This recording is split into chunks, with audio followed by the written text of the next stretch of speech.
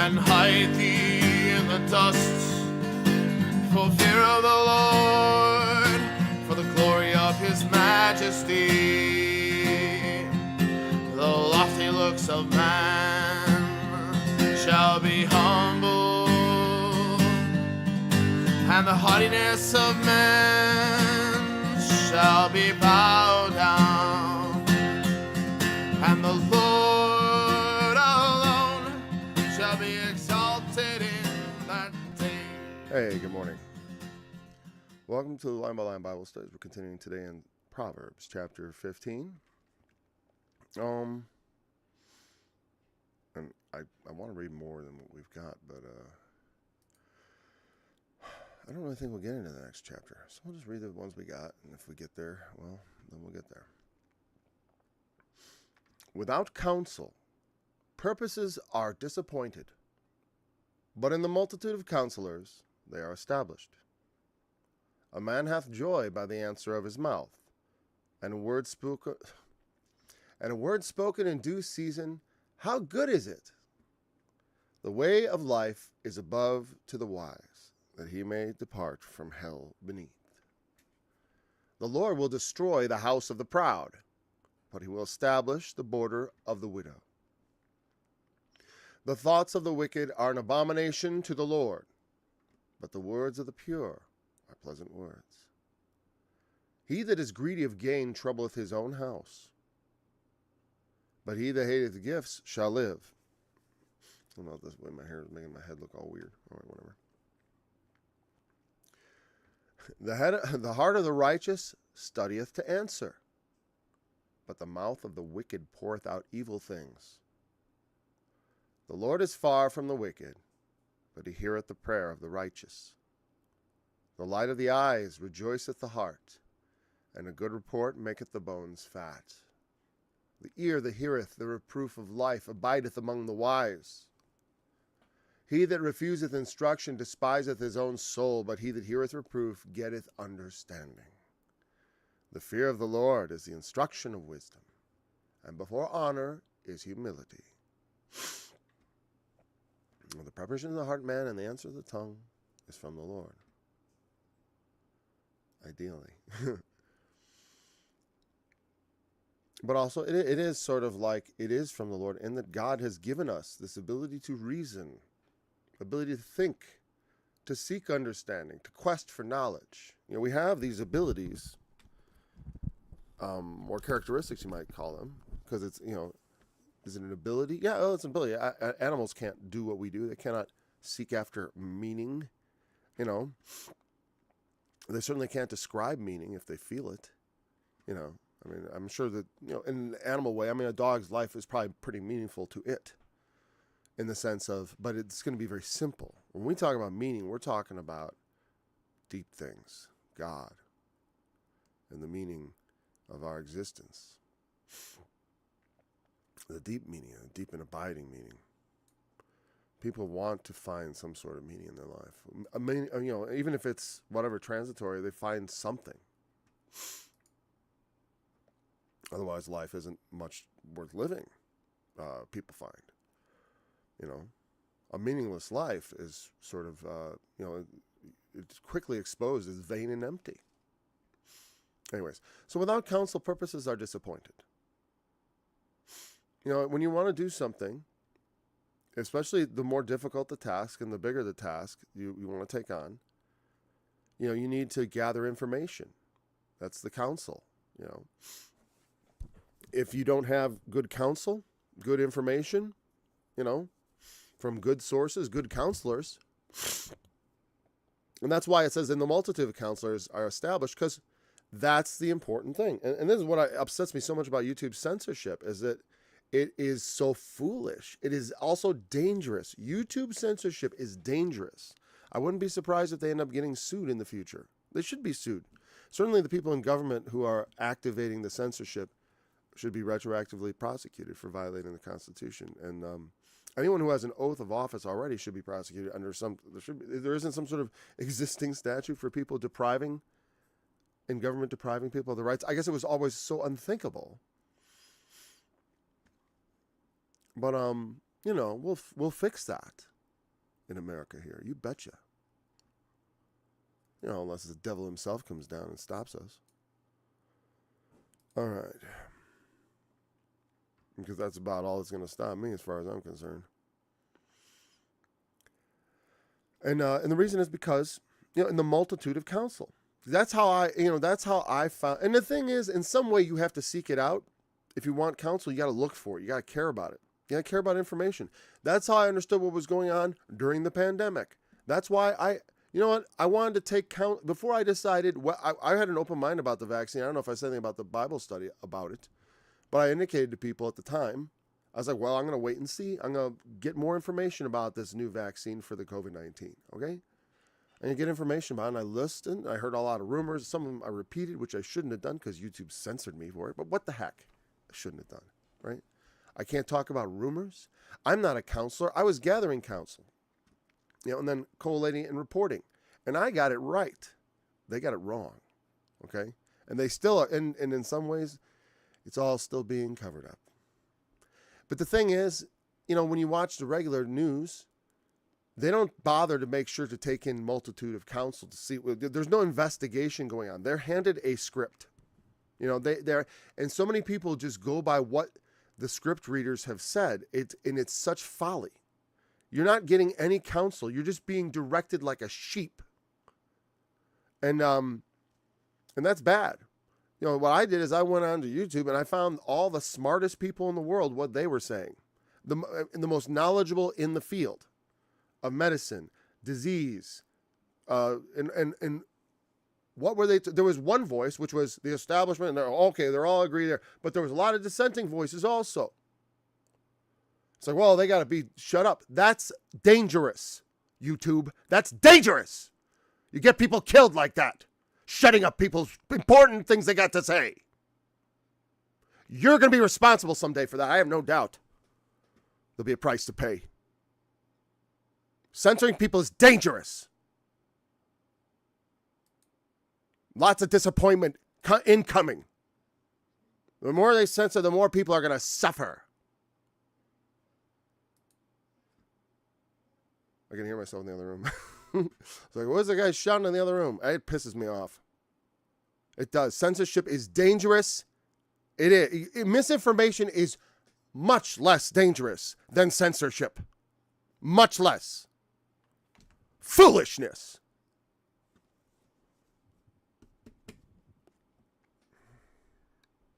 A man hath joy by the answer of his mouth, and a word spoken in due season, how good. The right words at the right time are excellent. Having the right words, saying the right thing, it is a joyous thing. Whenever I've said something really clever, I always feel pretty happy about it. It's like that's the thing. The words of the mouth can be beautiful. Like the way it says, there's the words of the pure are what?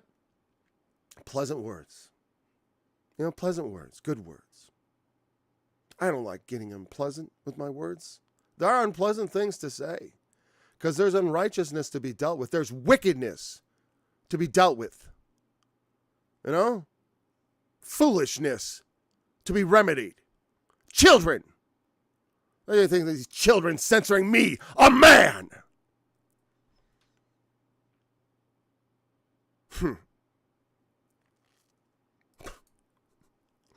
That's funny. We'll get to you. Don't worry. Judgment is coming. Judgment is coming. And the Lord himself is coming. That's my greatest joy. My greatest joy is that Jesus he is on the throne. And he will return someday.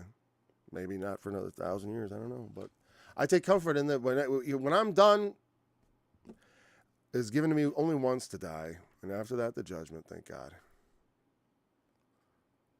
Because I've had about enough of these people. The wicked. The only joy I take in the wicked is that they would turn from their wicked ways. The way of life is above to the wise. I don't know what else to say about that. A word spoken in due season. How good is it? It's almost, it's like he asked the question rhetorically, or it's almost like it's an exclamation that's also could be read as a question. Obviously, there are no punctuation marks in Hebrew, so this could be a question, I suppose. But I think it's an exclamation. The translators probably know better than I could look at another translation and see quickly if there is any actual.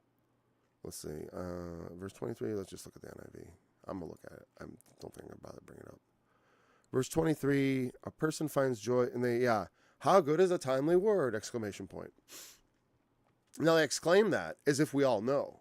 You know what I mean? It's not even spelled out. That's what I'm saying. It's sort of like it's assumed. It's like a rhetorical question. Is that good or what? It's like, of course it's good. It's unspeakably good. The right words, And then we're, like, hey, I got good news, right? And the best news of all, of course, is the gospel, as I already said. That's why it start coming to my mind. It gives me a lot of joy. Let that inhabit your lips. If you're having trouble with, I don't know, I get angry. The way of life is above to the wise, that he may depart from hell beneath. Hell here, I believe, is Sheol. I'm just going to look at that real quick. The Hebrew word hell is Sheol, which is often translated or thought of as underworld, because it literally refers to the grave in many ways. In fact, when I was preparing my study on hell, which I never fully completed because I took it on as such a massive scale. Like I said, I started going through Proverbs like we're studying now. And you notice all these points I'm pointing out where it's like, see how this points to the resurrection and stuff? And there's a lot of stuff about death. And as far as when you want to figure out, well, what's the Old Testament got to say about life and death and the afterlife? Remember, when we see the word hell, we read into it whatever we think. That's the truth. Because the word is kind of only defined it's a human word, right? And what we think after death, the underworld. And same thing with the word hell in English. If there was a Norman god named Hell, and it was literally the place of hell, And so I take hell as described in the Bible. And that means there is two aspects to it. One, death, and the other, hell. And this hell, I think it's speaking mostly of death, of, the hell beneath, meaning the ground. You go in the ground, you go in the grave when you die. And the resurrection is from the grave. My dead body arises, like the prophet says, together with my dead body shall they arise. And as Jesus, of course, himself taught, that all that are in their graves shall hear his voice and come forth. They have done well to the resurrection of life, and they have not done well to the resurrection of damnation. All right? And so, but this interesting posing of the wise look at the way of life as something above, as something high, as something over us, as something that dominates us, that dominates our thoughts. It's above. It is something that arches over things. Whenever you put something at a height metaphorically, just like Jesus is King of Kings. He's at the top of the pile of all the kings. And so the way of life is a high thing to which we aspire. That's why I'm constantly gesticulating upwards when I talk about these things. When I talk about righteousness and uprightness, it is an upward trajectory. It is an increasing trajectory of increasing righteousness, of increasing, increasing obedience. I'm saying the way of life, the way that leads to living forevermore. Because what the way of life, we're all alive. What is this way of, here's another thing. What does he mean, the way of life? If there's no life after death, then what life could he possibly be talking about? To depart from hell, the grave? There's no departing from the grave. Everyone who goes in the grave stays there. I can prove it. With a few exceptions, right? I can't find Elijah anywhere, and Jesus seems to be gone. All right? But, and Enoch and all that, right? Exceptions prove the rule, though.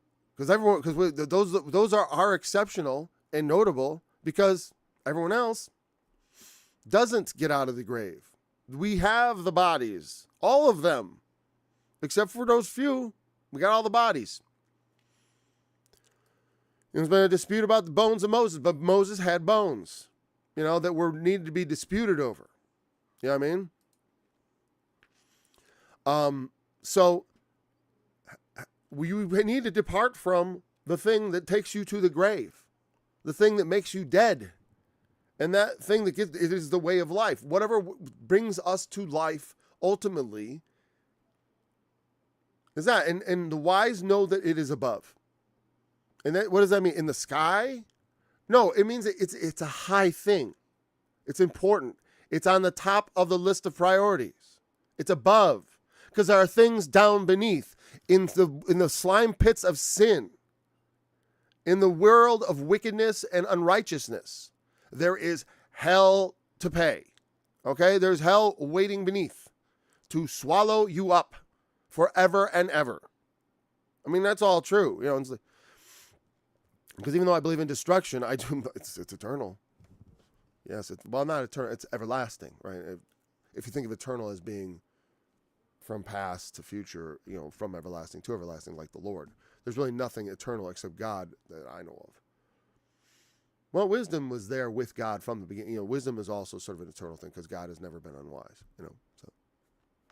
But wisdom's personification, I don't know how literal I would take that. You know, it is more of a literary device here. I don't actually. Well, I mean, I do sort of believe in a spirit of wisdom that actually could speak and so on and so forth. But I don't know that I would dogmatically say that it's actually a literal thing, and I don't really think that either. But I kind of do. Just like Santa Claus is there's a reality to Santa Claus.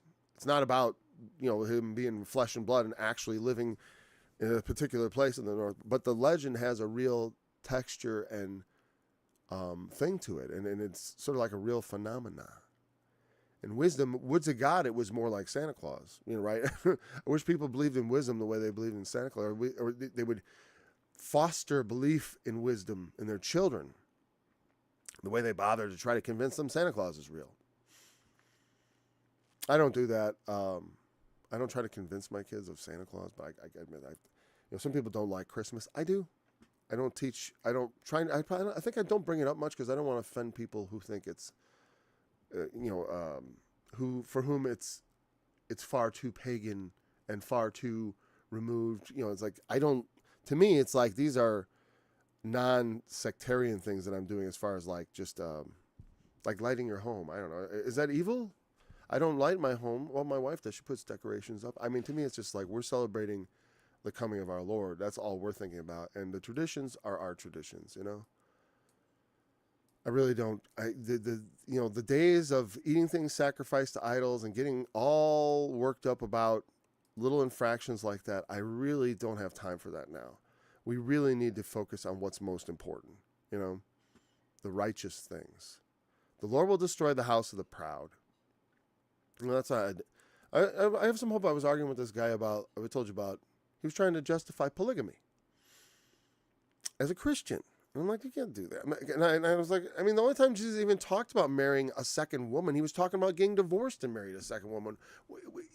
He would say the same thing he said of divorce, which is if there was any provisioning for multiple wives, which there was in the law, of course. That was written for the hardness of men's hearts. And that's not Christian righteousness. And I think people, and when I look at the way they approach the scriptures to justify that, he thinks he's Mr. Smarty Pants. And he's proud. That's what it is. It's pride. I can tell that I can sin and teach people to sin, and it's okay because it's technically true. You know what?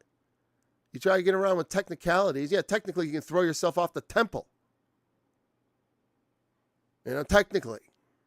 And the angels should just get you and keep you from hitting because you're a precious little snowflake. You know the words, right? You've got it all hammered out. You know the right truth, right? You figured it out. Polygamy is okay. Yeah. As a Christian, get out of here. Get out of here, you wicked servant of demonic. Just, you know what I mean? It's like, what are you doing? You know, they want to make room for sin. All they do. And they do it in front of people. That's what pisses me off. You know, have at least the dignity to hide your sin, you disgusting creature. That's the thing, is like, you know, pride and all that. Proud of our sins. Go right ahead. You be proud. You be lovely proud about it. I don't truck with foolishness. You know? I mean, I got no problem telling people that I am as perverse as any of them. or I have been in the past, whatever. I could be, been as perverse as any person in the world. That's fine. But I've never been proud of it, and but I ain't gonna live in shame either. The Lord's forgiven me, so there you go. And I'm not gonna get into gory details because that's not seemly. You know what I mean? We don't need to discuss the things that shouldn't be discussed in polite company, but they would have it all in public. So I wrote my Welcome to Sodom song because it's like, hey, welcome to Sodom. We're going to know you. We're going to know all about you. What do you like in bed? Huh? Let's talk to all your ex-lovers and find out. Everyone's going to know everybody in the most intimate way. Can't hardly wait, I bet. That's a lot like Brave New World, if you ever read that version of the dystopian future. Sort of everyone has to be available to everyone. Sort of like, and it is sort of that out of control feminine aspect of nurturing that gets in the way. Like I said, people are far too, their nurturing is foolish. It is not tempered with the, what would I call it? With what a man often brings, which is a certain amount of no, comfort at this phase is not good for the child. They need to be corrected. I mean, you don't comfort a child in every foolishness they would engage in. Absolutely not. But mothers are inclined to see to the needs of their children, more so than their fathers. Fathers do see to the needs, but they have more of an instinctive, there is a mothering instinct, if you don't believe it. And not everyone has it in equal measure either. That's the thing. I remember my mom even once said to me, she thought maybe she would have made a better man. Whatever. I don't think that's so. We are what we are. Sometimes temperamentally, though, we're less typical of their sex. A man may not. I've never been temperamentally much like other guys, to tell you the truth. When I was a kid, it was very difficult because I was way too emotional, easily cried. And if you know boys, that's not a good place to be. But of course it did give me I still cry. The thing is, nobody messed with me because, right through my tears, I can still punch someone in the face. Sorry, Lord, I shouldn't do that. But my point is, I don't have to be emotionally stable to be dangerous. And so nobody picks on me anymore. Okay, good. But now I try to, instead of doing that, I smile. And the Lord, he wipes away our tears, right? Doesn't he? He wipes away all our tears. And so we can take comfort in that. He establishes the border of the widow. The widow, of course, we have the proud. And instead of putting the humble, the scripture substitutes a humble person as an example. And also to specify the kind of humility. People who are actually in a low estate. Because often, when everything's going well and we have lots of money and everything is just fizzing along wonderfully, we don't even realize how proud we may be.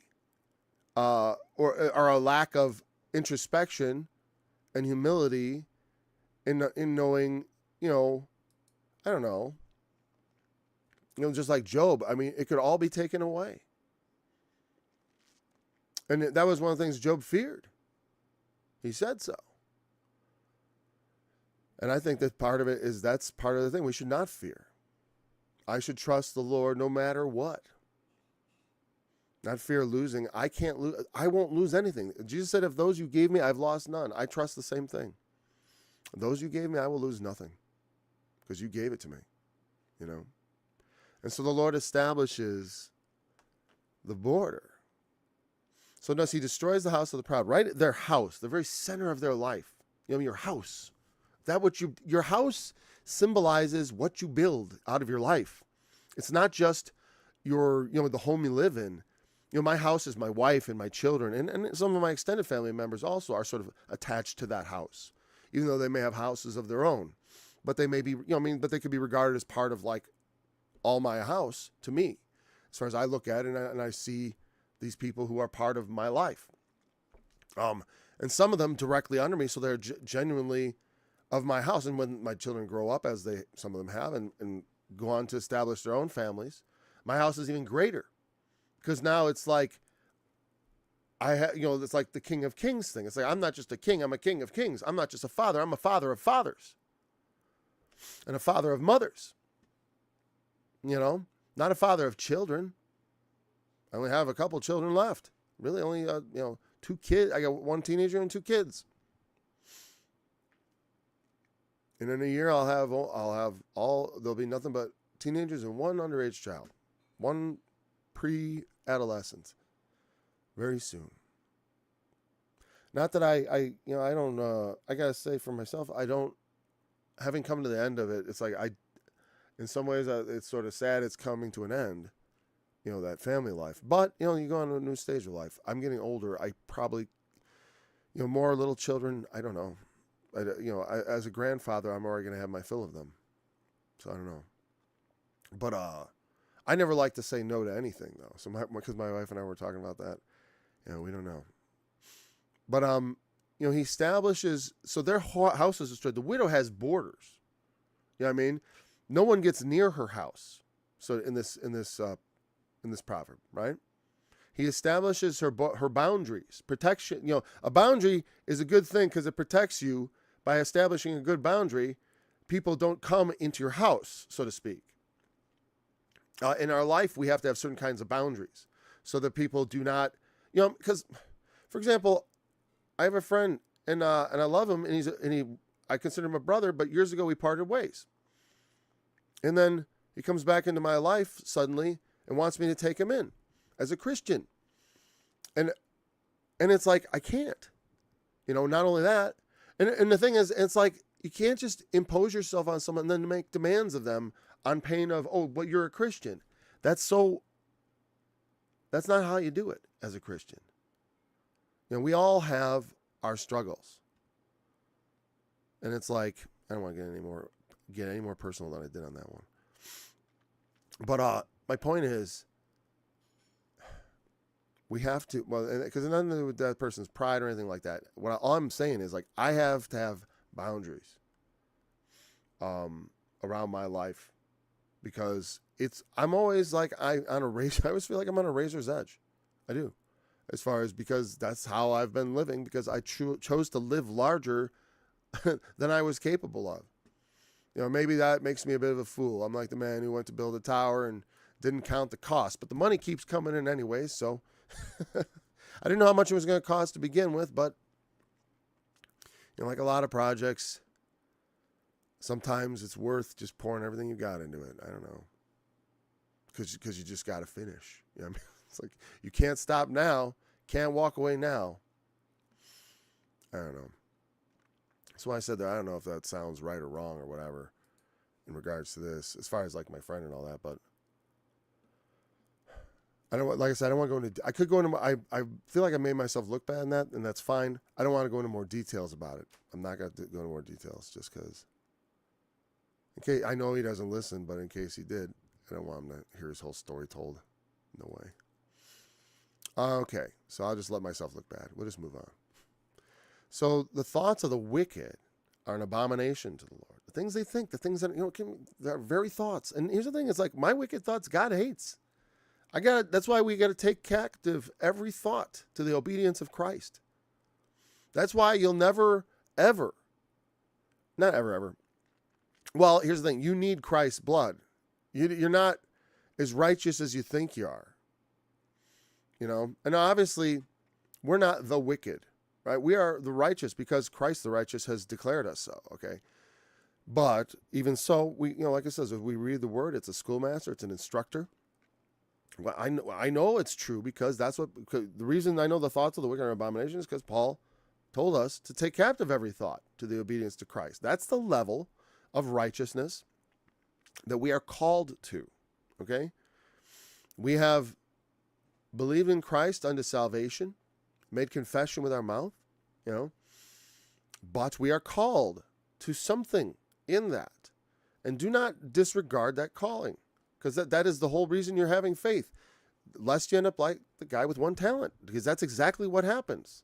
That's what all the nominal Christians and they're all going to end up in Mystery Babylon with just the horror and doing that because they're just going along with the crowd anyways. And they never built anything on that confession. It's not really built on anything except like, I'll take the insurance policy. And it doesn't work like an insurance policy. It doesn't. Christianity does not work like an insurance policy. You don't just sign up and get salvation. That's not how it works. Genuine faith is an almost magical thing, because when it really hits you real, it's from God. Flesh and blood doesn't reveal it to you. Only God can reveal himself to you. I mean, I can reveal God to you, but but it's gonna be me going, okay, Lord, they're gonna ask you now, and I told people, I was like, refer to me, because you know why? Because you could say, okay, this guy maybe I should go listen to Paul Strangini. Maybe the Lord wants them to listen to me. So I'll tell them, mention my name, say Christ whom Paul preaches, just so you know it's the right Jesus. You don't get some, don't go praying to the Jehovah's Witnesses, God. Sorry, Jehovah's Witnesses, I don't usually pick on you. The thoughts of the wicked are an abomination to the Lord. Well, I do pick on them when it comes to the Trinity. But the words of the pure are pleasant words. Notice their thoughts are abomination. And the words of the pure, if the words of the pure, it's because, and it's speaking especially of their purity of mind, I would say here, because it's the words, right? Or the pure of heart, if you will. It's of inward purity. Not that there is an outward purity too, but what is, because he's talking about the words, we're reflecting mostly on the inner side of it, is what I would say. It's not to neglect the outside. Jesus said, make clean the inside that the outside may be clean also. And a clean interior will result in outward behavior that is clean. If you're not thinking lustful thoughts, what are the chances you're going to go do a sexual sin? Very low, right? Because it's not, you can arrange life in such a way that you're not constantly confronted with sexual temptation if it's a problem, and all kinds of other things we can avoid temptations, without, meaning you don't need to subject yourself to needlessly tempting things.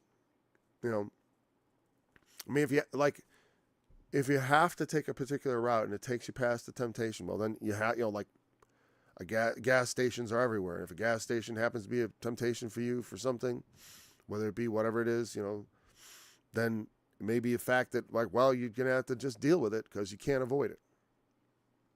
Right? It's going to be there.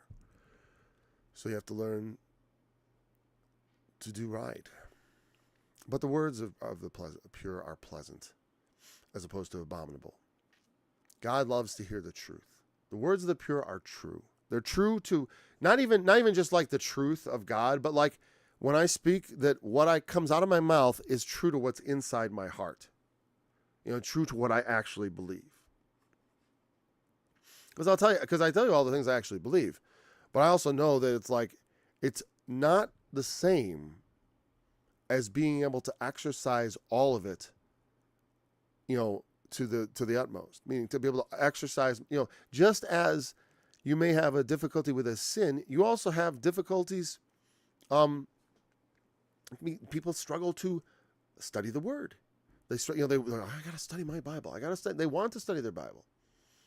Sometimes they don't need to, and they're just fretting over it needlessly. Like my wife, she thought she had to read her Bible at one point. I'm like, you've read the Bible. You know the Bible. Don't worry that you're not reading. You read it for years, and then you found you didn't have time to read it anymore. Well, now I'm going to read it to you.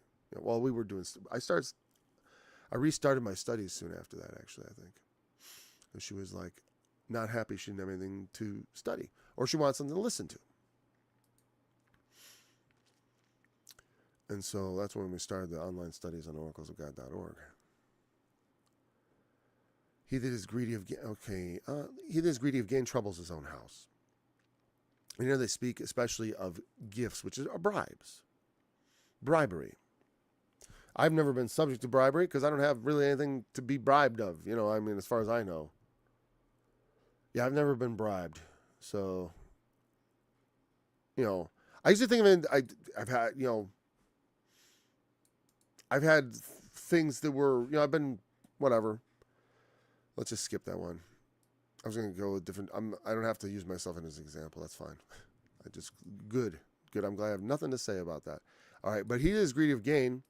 If you take bribes and take money under the table or want that kind of thing, looking for that kind of thing, that kind of corrupt, way of dealing with the world, taking bribes, soliciting bribes, You know, in many parts of the world, that is the way things are done. You know, like in America, at least most places I know, you don't even try to bribe a cop. You know what I mean? Like, that's stupid. You're right. I mean, anyone who ever knew anybody, I never know anyone who tried, but I knew a guy who tried, and he told me about it, and boy, he was really like, I'm never doing that again. At least the cop didn't he tried to hand him a 20 with his license. And whatever, he's like, what's this? He said, oh, I just keep it with my, Anyways, but for the most part, people don't even consider it. But in some countries, it's routine. In fact, expected. When the policeman stops you, what he wants is a bribe. He needs a bribe. That's what he wants, so he can let you go.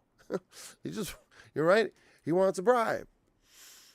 A lot of government officials take bribes in many countries.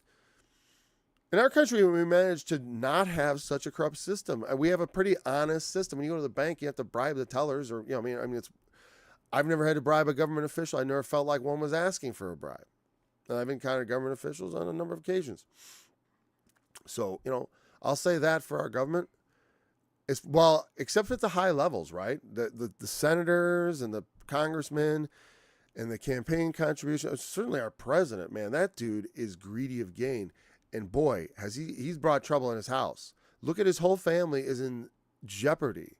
When he goes down, they're all going to go down with him in a criminal conspiracy. Or they ought to. I mean, really. The Bidens are a criminal conspiracy family. I mean, it's funny because they crawled down Donald Trump's throat with a microscope. Change that a little bit. They crawled down, and they seem to have found that he's one of the most clean people that's ever walked the earth, as far as I can tell, except for those documents from the White House. He had some presidential documents from when he was president. Oh boy. I think top secrets. I think we got way too many secrets in this country. I think it's time to close down the empire. If we don't close the empire down, it's going to be shut down. And if we don't do it voluntarily, they're going to do it involuntarily to us. How humiliating is that going to be? Yeah, I think the humiliation has begun. It's going to continue. We can't keep it up. We don't have the money. We already spent all the money. We spent the money for the future already. And it's all based on paper. And everyone's fleeing our currency. And our foolish leaders, all the people at the top are just looting America. They're looting America and preparing it to collapse. And I don't think it's going to be that big of a collapse. We have lots of resources. It's going to hurt other people because we will just turn inward and we'll make sure we take care of ourselves. That's what will happen. We'll take care of ourselves and millions will starve. Yeah. Well, maybe something will happen to change that. That's our trajectory anyways. Just keep spending out money. The government officials just trying to get, how does he explain? How come you become president and then you get rich? It didn't used to work that way. They actually had to create their retirement fund so Harry Truman wouldn't live in poverty because he didn't really have much other than being president. He was president. He was the most powerful man in the world. He was there when we won World War II, dropped the atomic bomb. But then when he would go back to Missouri or Kansas, wherever he was from, I forget. But you'd have the spectacle of an ex-president living in poverty because he worked his way up through Congress. He was a ground up kind of guy, whatever. Love him or hate him, it doesn't matter. Just that's the story of him anyways. And, but, now we have people coming to, like the last, not the last one. The last one was rich already. And he seems to be getting poorer. But his lawyers are getting rich. Anyways. But,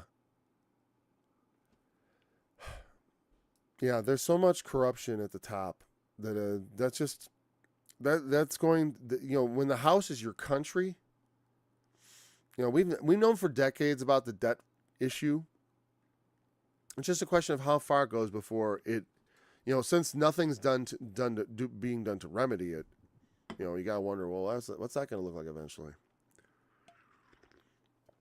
Well, pretty bad, I'll tell you that.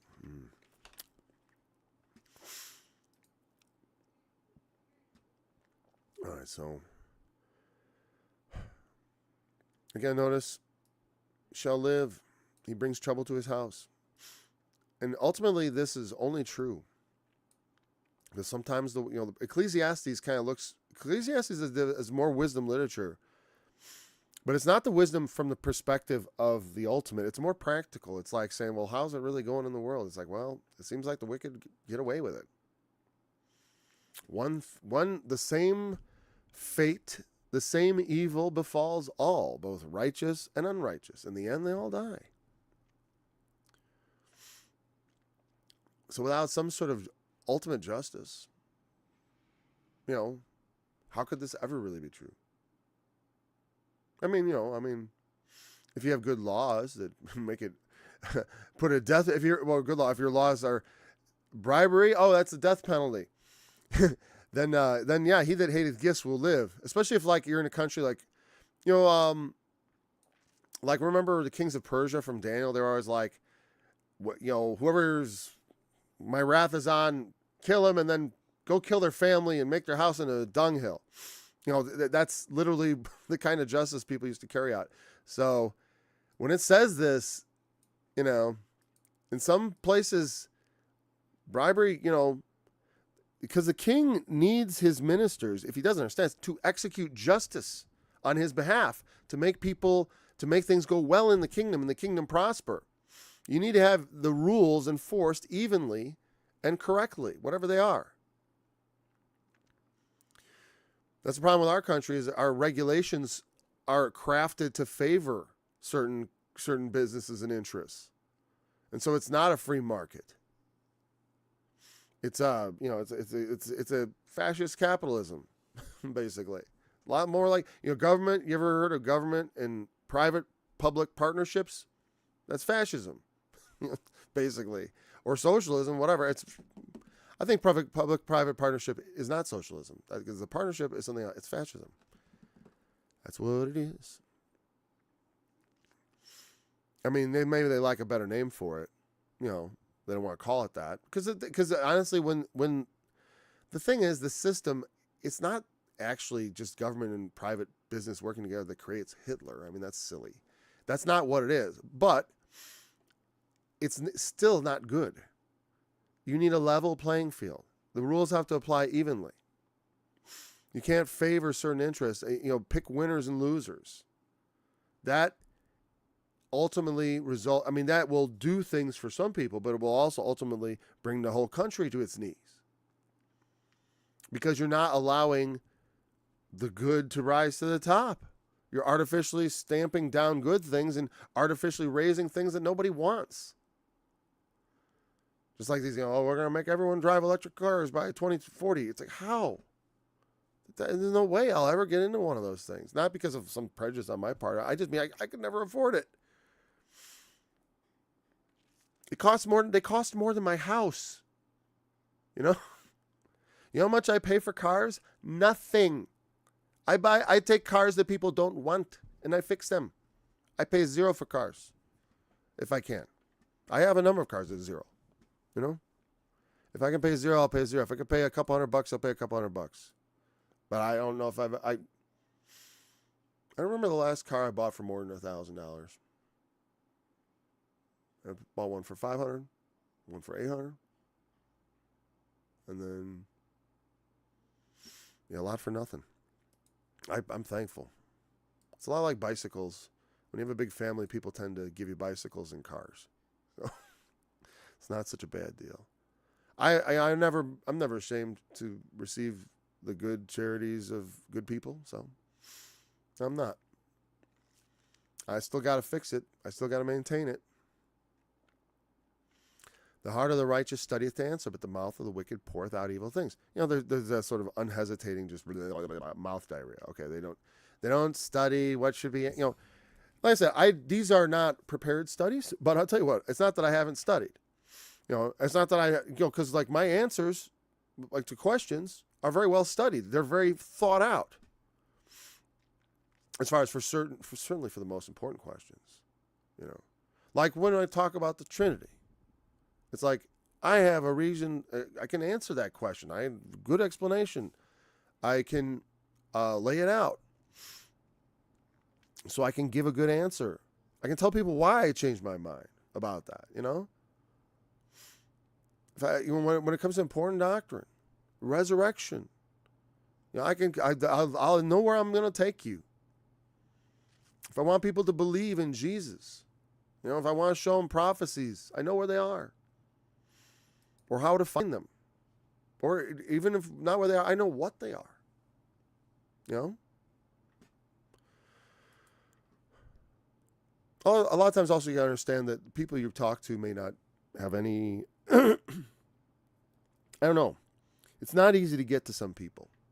As far as like, you know, you don't necessarily want to linger if you're trying to, you know, I mean, I don't really think of it in terms of convincing people. Though, you know, sorry, I have a hiccup and a belch at the same time. But you know, we want to convince the gainsayers.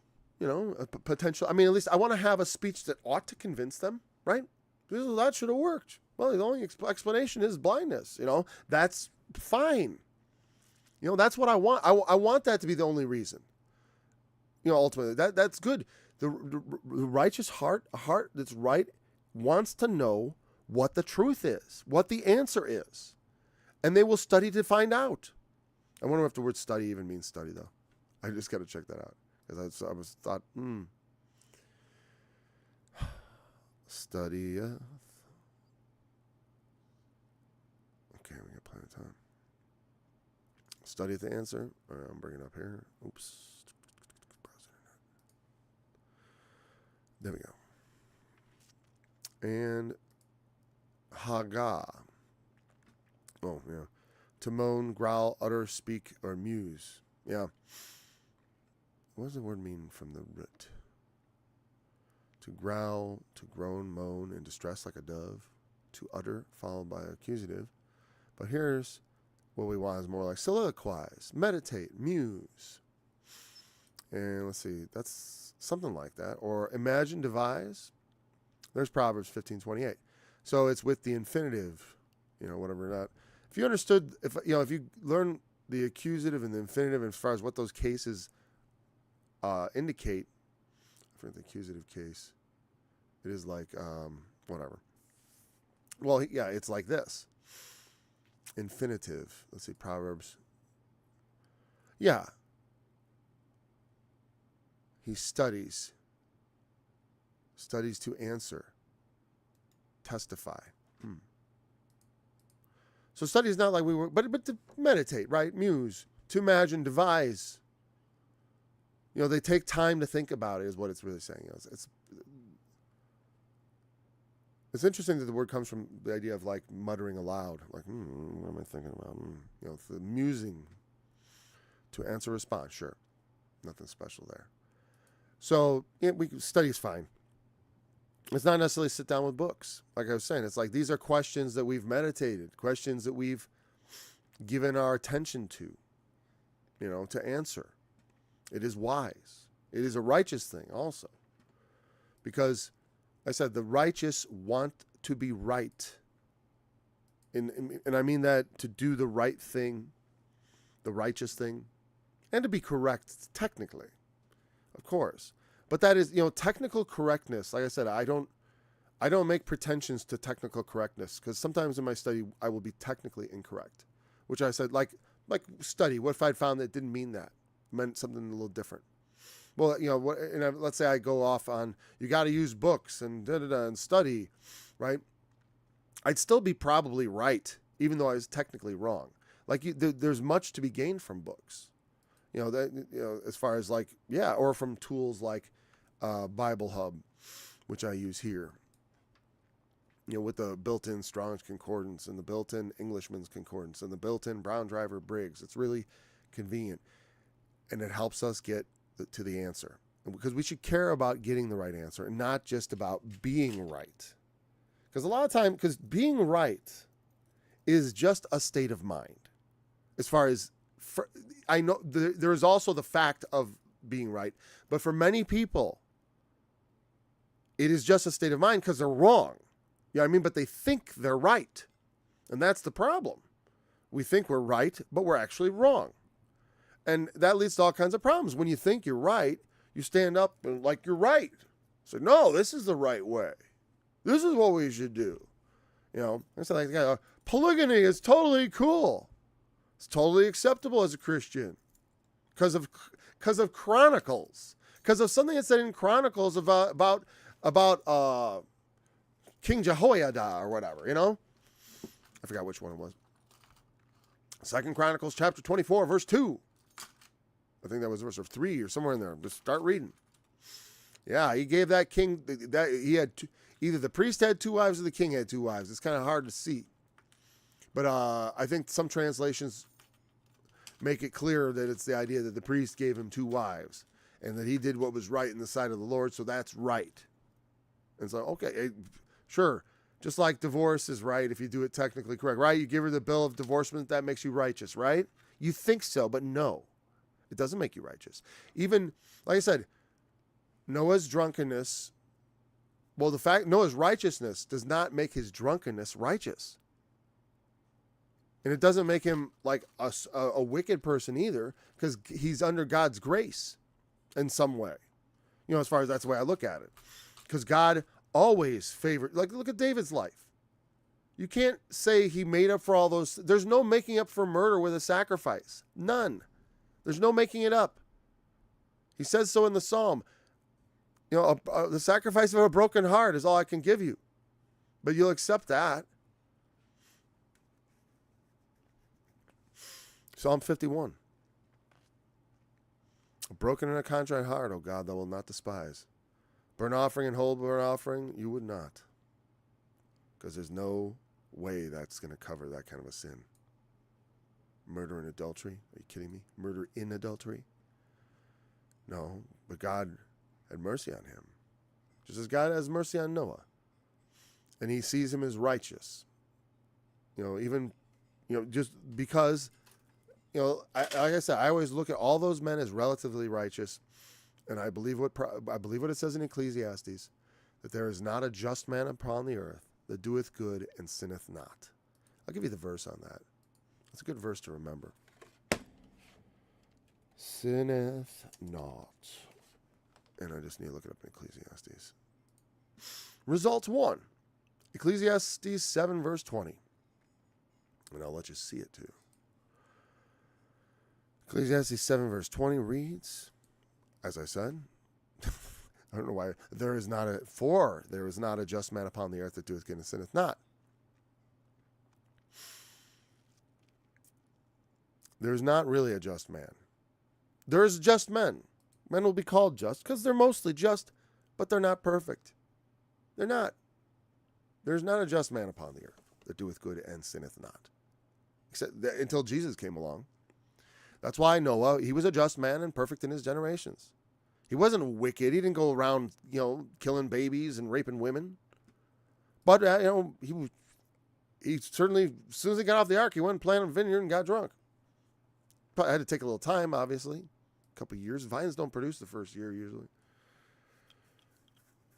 Not very well, I'll tell you that. Yeah, my grapes didn't come in until the second year. Anyways, so, and then they were small. But, maybe I might make good wine. I don't know. I never made wine. I wanted to, but it wouldn't be wise for me. No. But there's not really a just man upon the earth that sinneth, doeth good and sinneth not. And that's why I get so angry when people will go to the law and try to justify sin by technicalities of the law. That's disgusting. It's wicked. And that guy had his YouTube thing had a colored plate on it, and he had books he'd written. I don't even know who he is. I've never heard of him. I don't even remember his name right now. And I'm not going to try to draw attention to him either, because I'm not trying to pick on him. But he just got in my recommendations. I had an argument with him in the comments. Now it's been a day since he hasn't responded, because I think I shut him up. Because I told him this is not Christian righteousness you're preaching. You're preaching legalism. Just because something's technically allowable doesn't make it righteous under Christ. You know? Oh, look, I can look but not touch. Look but don't touch. Oh, well, but Jesus specifically said, if you put away your wife, that's adultery. If putting away your wife is adultery, what is it if you just take another one, in his opinion? Now you got two. Is that really, why would he call it adultery to put her away? I guess it is kind of a dirty deed to do to the woman, right? Just put her away and take another one. I mean, it's not, I suppose on some level, like I did say, it's not a huge sin, taking multiple wives. But I would argue, and I did argue, it is a missing of the mark. Because Christ taught that God created them male and female, and that the two should become one. And so when you take two, that's something that sinners did. And for the hardness of men's hearts, God allowed it, and there were regulations written into the law about if a man has two wives, he's not to despise the other. One, he's supposed to treat them with an equal hand. It's funny that's in the law because Jacob did just not that. He did just not that, is what I'm trying to say. Instead of doing just that, he did that not. It's hard to say he did not just that, because that sounds weird. Usually you just say he did just that. No, he did the opposite. He tended to treat one wife better than the other. Though he loved one and not the other. That's the thing. One was not beloved. But she did get, I think he did do right by her, basically, right? I don't want to throw stones at Jacob about that. It wasn't his choice either. I point that out. He didn't, it wasn't his fault, per se. But it does miss the mark of God's perfect plan for man and woman. That if, then he tried to argue, well, Jesus wasn't married. I'm like, I don't care. You don't have to be married. That's not the point. There's a right way to do marriage, and there's a wrong way to do marriage. The wrong way is to marry and divorce and get another, and also to take two. It's supposed to be just one. That's how it was from the beginning. God didn't create Adam, Eve, and Lilith. He created Adam and Eve. There was no third woman in the picture. Not then, obviously when Cain goes off, where's she? Where's that woman coming from? But I know we have answers, right? But it's okay. But it's nothing wrong with noticing that that's kind of like, yeah, why is, because it's like we didn't speak, and it's a good point, because like I said, there's a lot of holes in the Bible. The Bible does not cover a lot of moments of time that have already happened. Like, if you think about all the moments that have passed in history, all the time that's passed, you think about how much the scripture dwells on those moments, and you realize it's just a blink of the eye. There are many people who don't make it into the Bible. Like, Adam begat Cain and Abel and Seth, and then he begat sons and daughters. Just a bunch of them. Nobody ever hears them. Anyways. The Lord is far from the wicked. Well, the wicked, mouth of the wicked. Okay. The Lord is far from the wicked, but he heareth the prayer of the righteous. Yeah. If we give ourselves over to wickedness, it's not just that you have maybe a sin problem, maybe hopefully not a very big one. It's just like you're just not perfect. It's sometimes you encounter situations and you're overwhelmed with it. Maybe your emotions get you carried away. Like I've talked about myself, right? So I don't want to be imperfect, but I acknowledge that I am, But also, I don't love wickedness. I hate the sin in me. So, that's an appropriate response for a Christian. You don't embrace evil. You don't say like, well, I guess I might as well, especially evil things. Like Noah's drunkenness. The evil of that is purely direct. Noah's the one who's suffering. Though it did bring evil on his son, didn't it? Because of his drunken, naked state, his children were able to see his shame. He made, like, if I'm lying drunk and naked and my children see me, on some level, I wouldn't see myself as perfect. But I might still be a just man. It doesn't mean I'm unjust. It doesn't even necessarily mean I'm wicked. It just means I'm weak. I've got, those kind of personal issues. God wants to fix them in your life. He wants to repair your life. But It doesn't necessarily make you a wicked person if you got little personal issues like that.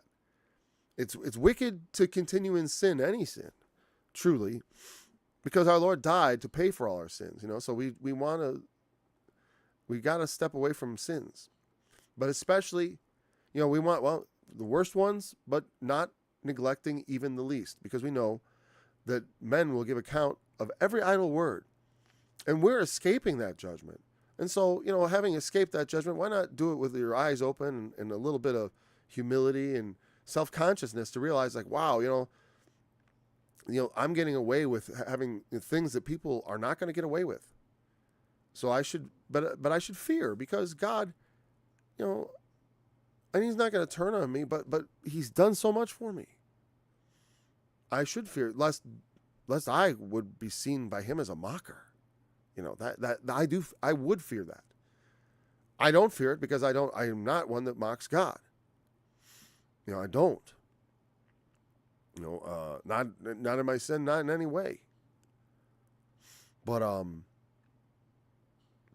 yeah. He hears our prayers because we have the righteous blood of Christ. That's why.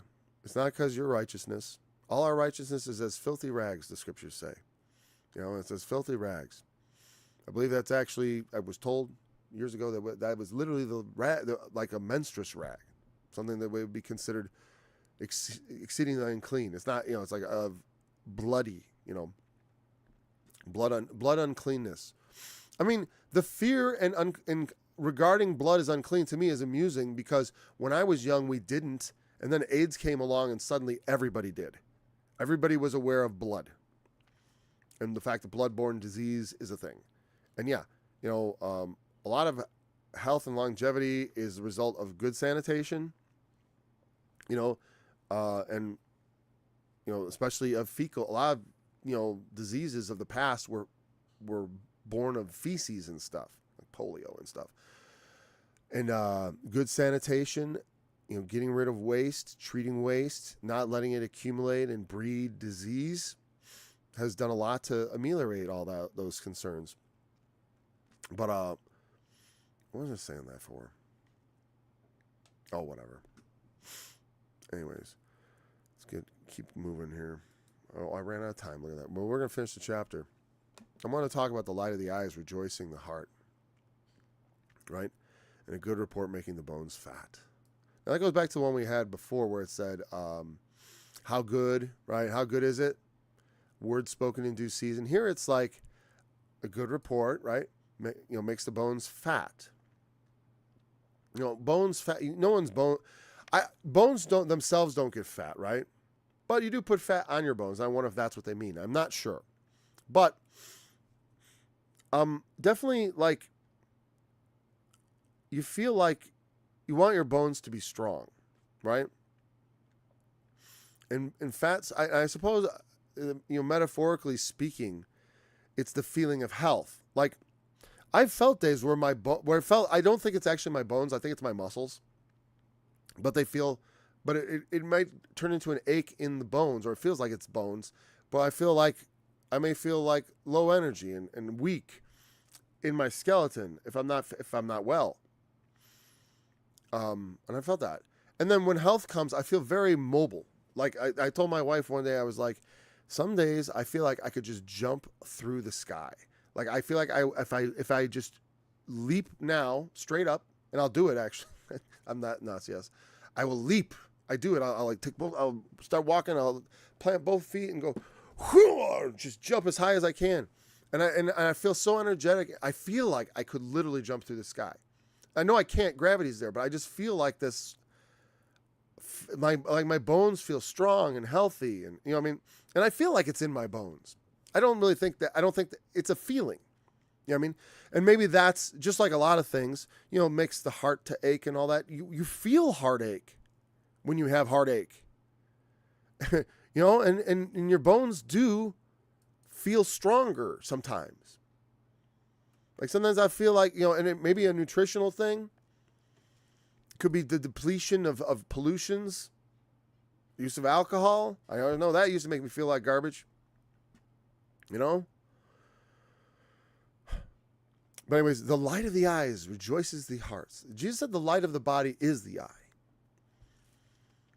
Is the eye. If therefore thy eye be single, thy whole body shall be full of light. I remember hearing an atheist once say that they thought Jesus was saying that light goes out from the body to see things, which is absurd. Everyone knows the sun gives light. I don't think that anyone in the ancient world thought lights shone out of people's eyes. It's just that the body is lit from within by what the eye takes in. The light that the eyes receive. You know what I mean? And so the light of the eyes rejoices the heart. What the eyes see. And of course, this is in the presumption of what is revealed is good. You know what I mean? The light of the eyes is light. You know what I mean? Like I said, if the light that is in you be darkness, how great is that darkness? What was he talking about? Well, because the light of the body is in the eyes. And so what the eyes take in is what enlightens the body. How you see things, how you see the world, how you interpret what you see. And when you interpret it through the lens of light, through revelation, through understanding, through righteousness, that makes the heart rejoice.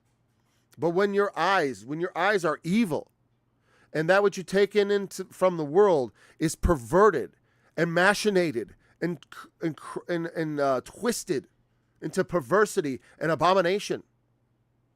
You know, how great is that that light that you take in, you've turned it to darkness? How great is that darkness? Because your eyes take in only evil. You know, what's the next step? Where's the next, you know, where you know, what evil thing do I move on to next? What do I see? You know, lust. I see, greed. I want that. I need that.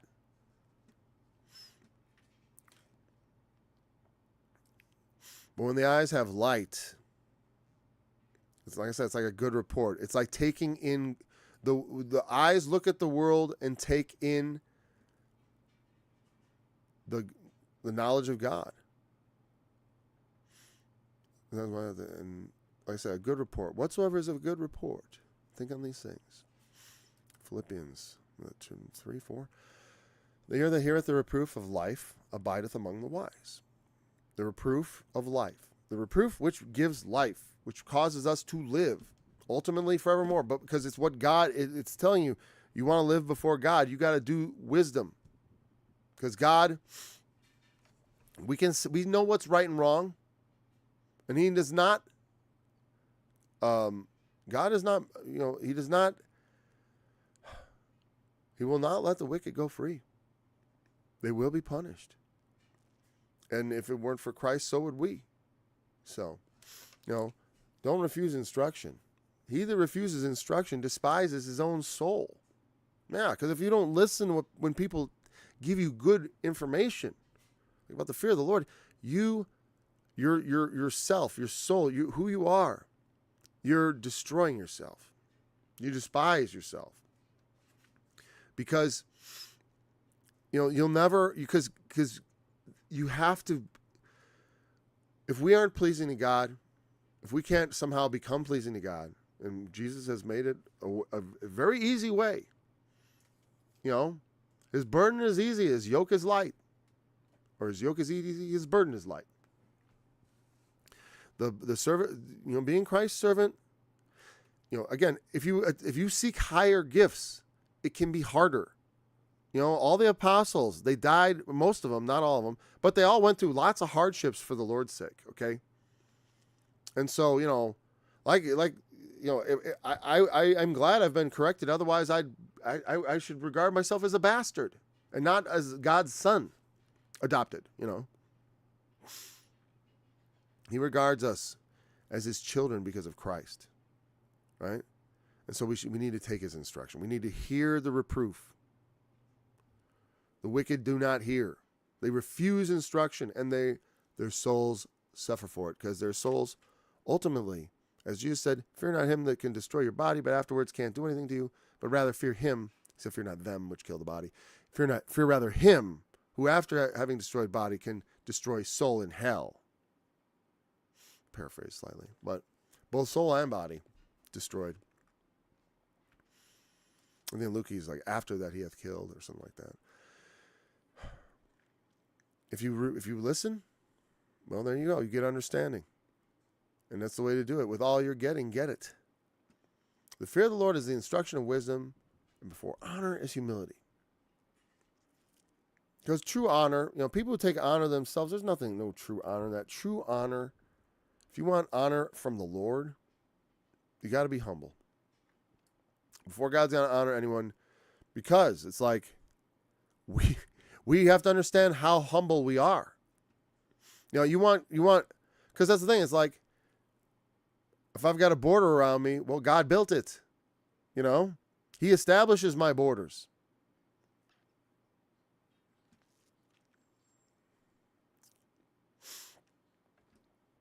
The fear of the Lord is the instruction of wisdom. Before honor is humility.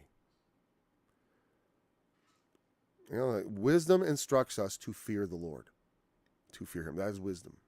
Now, because of the gospel, we don't have to live in fear, but we, knowing the terror of the Lord, we persuade men. It says, Paul says, this is not, it is something, because we trust in him. We don't fear him the way the heathen fear, the way the ungodly should fear him. I don't fear him the way the ungodly fear him. Or even the way they should fear him. As in, they should be terrified because of all the ungodly deeds they've done in his sight. But I fear him as one who has, tried to draw near him, and my only fear of God is that I would not please him. I want to be pleasing to my Lord. And so that should all be our labor. We should labor to please our Lord. And then, and of course, understanding that we are pleasing to him because of Christ, because of his blood. Because of his blood, God regards you as righteous, and that's an amazing thing. And, and we shouldn't take it lightly, though. Like I said, imputation is beautiful, but if you use that as a license to sin, that's one of the worst things you could do. God forbid. God forbid, Paul said. So don't. Seek honor. Seek honor, and you get it by being humble. A lot of times people, it's, we want to brag about yourself, and I get it. I'm this, I'm that, and all that. And they want to bring honor to themselves. And it's like, yeah, you have your reward, as Jesus said of the Pharisees. If you want honor of men, you can get it without being humble, of course, right? But we're talking about the wisdom. The Proverbs knows where the true honor is. You know what I mean? Because the honor you get from men, you can't take it with you to the grave. And think about all the Civil War heroes that they honored, and now their statues are coming down. Even the founders of our country, because they had flaws, deep and abiding ones. Sure, whatever. They also had some great ideas that they founded the country. I don't know. Just be a little respect. Because it's like, you go back in history, you aren't going to find many angels. You're not going to find any angels among men, actually, except for our Lord. And he wasn't an angel. Just to make that clear, all right? Okay, thanks for joining me. We'll be back again tomorrow. Maybe we'll get, I don't know, maybe I'll get back to getting my studies under an hour. The Proverbs thing, though, I don't know, it's funny how much it slows me down. Because these really, really get me thinking. It's really enjoyable to study these. So remember, the testimony of Jesus is the spirit of prophecy, and we'll be back tomorrow. Enter into the rock and hide thee in the dust, for fear of the Lord, for the glory of his majesty. The lofty looks of man shall be humble, and the haughtiness of men shall be bowed.